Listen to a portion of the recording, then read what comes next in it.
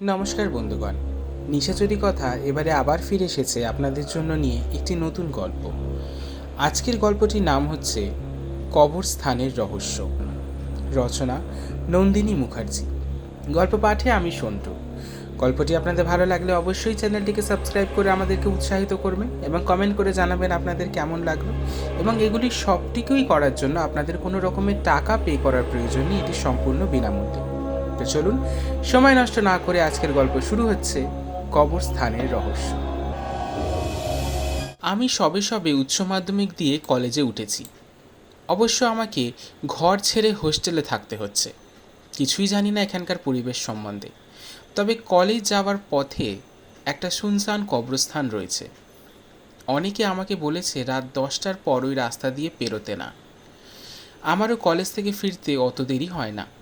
তবে আজ আমাদের কলেজে ফেস্ট ছিল, তাই নাচ ও গানের মধ্যে এতটাই মেতে গিয়েছিলাম যে বুঝতেই পারিনি কখন রাত 10টা বেজে গিয়েছিল। কিন্তু ওই কবরস্থানের রাস্তা দিয়ে লোকে পেরোতে না বলে, আর এখন অন্য রাস্তা দিয়ে গেলে অনেক সময় লেগে যাবে হয়তো। তাই তাড়াতাড়ি হোস্টেলে ফেরার জন্য ওই রাস্তা দিয়ে যেতে হবে আমাকে।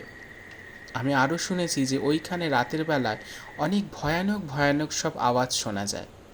তবে আমি বিশ্বাস করি না, এসব আবার হতে পারে নাকি। যখন আমি হাঁটছিলাম মনে হচ্ছে কেউ যেন আমার পিছু করছে। বার কয়েক পেছনে তাকিয়ে দেখলাম কেউ কোথাও নেই। এই এত রাতে কোনো বদমাশ লোক মজাও তো করতে পারে, এই ভেবে এগিয়ে চললাম। কিন্তু আবার কিছুক্ষণ পর মনে হলো কেউ যেন আমার নাম ধরে ডাকছে। এইবার আমি দাঁড়িয়ে পড়লাম আর চারিদিকটা একটু ভালো করে পর্যবেক্ষণ করলাম। হঠাৎ কিছুটা দূরে একটা কবরস্থানের মতো জায়গা লক্ষ্য করলাম। আমার তৎক্ষণাৎ মনে পড়ে গেল লোকমুখে প্রচলিত এটাই সেই ভৌতিক কবরস্থান নয় তো। আমি কৌতূহলবশত সেই কবরস্থানটার দিকে এগিয়ে গেলাম কিছুটা। হঠাৎ লক্ষ্য করলাম কবরস্থানের একটা পুরনো সমাধি থেকে ধোঁয়া বের হচ্ছে। আমার কেমন জানি অদ্ভুত লাগছে চারপাশটা। একই অমাবস্যার রাত, তারপরে গাঢ় কুয়াশায় চারপাশটা কেমন যেন ঢেকে গেছে। আর গভীর বনের ভেতরে শিয়াল ডাকছে হুক্কা হুয়া করে। খানিকক্ষণ বাদে সেই সমাধির মাটি দেখলাম আস্তে আস্তে করে আলগা হতে লাগলো। আমি কিছু বুঝে ওঠার আগেই একটা নরকঙ্কাল আমার সামনে উঠে দাঁড়ালো সমাধি থেকে। আমার শরীরটা কেমন যেন অবশ হয়ে আসছে। আমি হাতে পায়ে কোনো জোর পাচ্ছি না। সেখান থেকে পালানোর চেষ্টা করেও পারলাম না। কঙ্কালটি তখন এক ভয়ঙ্কর অট্টহাসি দিয়ে উঠল। আমায় বৃথা পালানোর চেষ্টা করো না। আমি যতক্ষণ না চাইব তুমি কোথাও পালাতে পারবে না। আমি তখন বাধ্য হই ওখানে দাঁড়িয়ে রইলাম। কঙ্কালটা আমার সাথে কথা বলতে চায় বুঝলাম। তারপর কঙ্কালটা তার সাথে ঘটে যাওয়া অস্বাভাবিক রহস্যজনক মৃত্যুর ঘটনা আমাকে বলতে শুরু করলো। যে কয়েক বছর আগেকারই ঘটনা।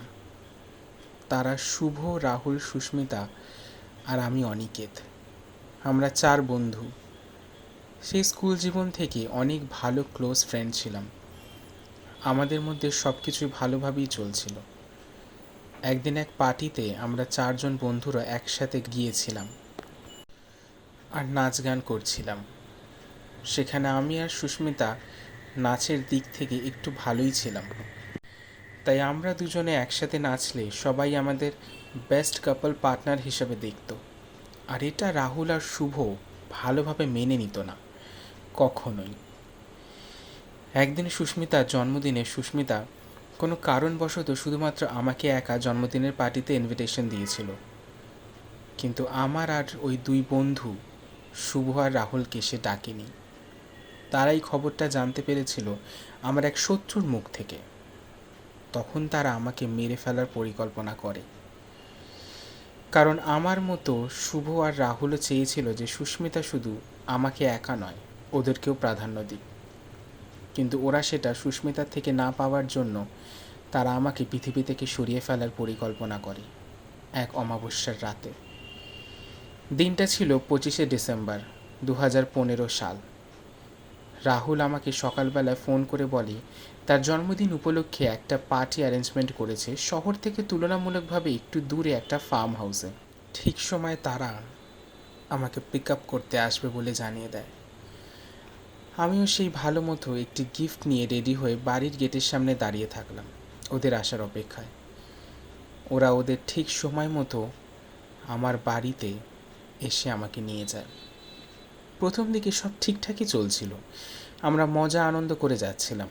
গাড়িতে গান শুনতে শুনতে গাড়িটা চালাচ্ছিল অবশ্য রাহুল। হঠাৎ একটা জায়গায় আমরা গাড়ি থামিয়ে চা খাওয়ার জন্য নামি।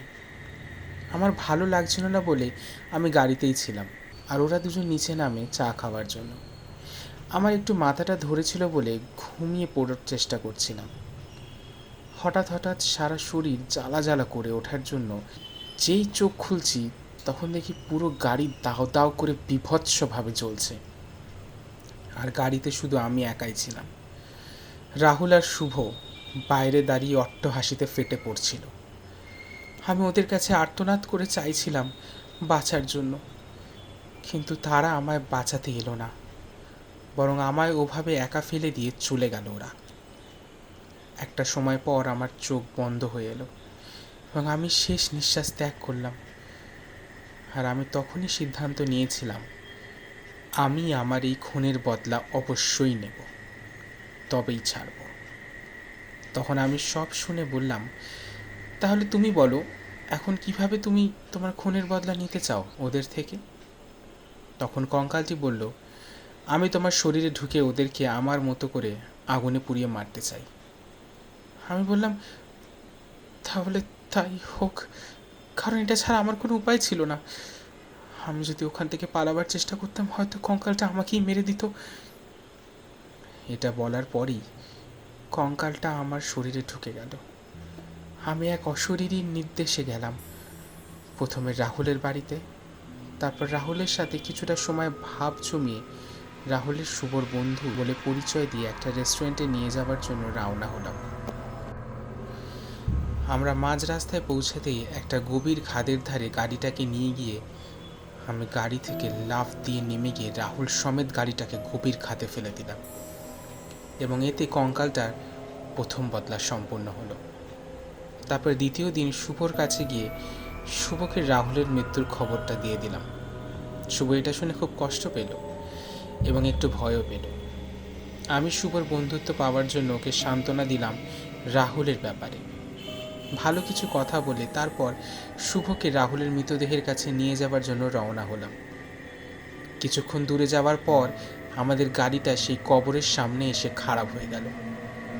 আমরা গাড়ি থেকে নেমে দেখতে গেলাম কি হয়েছে, আর সেই সময় আমি একটু টয়লেট করতে যাবার নাম করে দূরে সরে গেলাম এবং সেই সময় কঙ্কালটা এসে শুভর সামনে হাজির হলো। এটা দেখে শুভ তখন ভয় কোথায় যাবে ভেবে পেল না এবং কঙ্কালটা এসে শুভকে বলল, কিরে শুভ, আমাকে মেরে ফেলে তোদের কী লাভ হলো? আমরা তো খুব ভালো বন্ধু ছিলাম, তাও শুধু সুস্মিতার জন্য আমাকে মেরে ফেললি তোরা? আমি তোদের কি ক্ষতি করেছিলাম? শুভ তখন বলল, আমাকে ক্ষমা করে দাও অনিকেত, আমার খুব বড় ভুল হয়ে গেছে। এবং কঙ্কালটা বলল, এখন ক্ষমা চেয়ে আর কোনো লাভ নেই, তোকে শাস্তি পেতেই হবে। এই বলে সে শুভকে টানতে টানতে কবরের ধারে নিয়ে গেল এবং শুভর গলা কেটে তাকে হত্যা করল।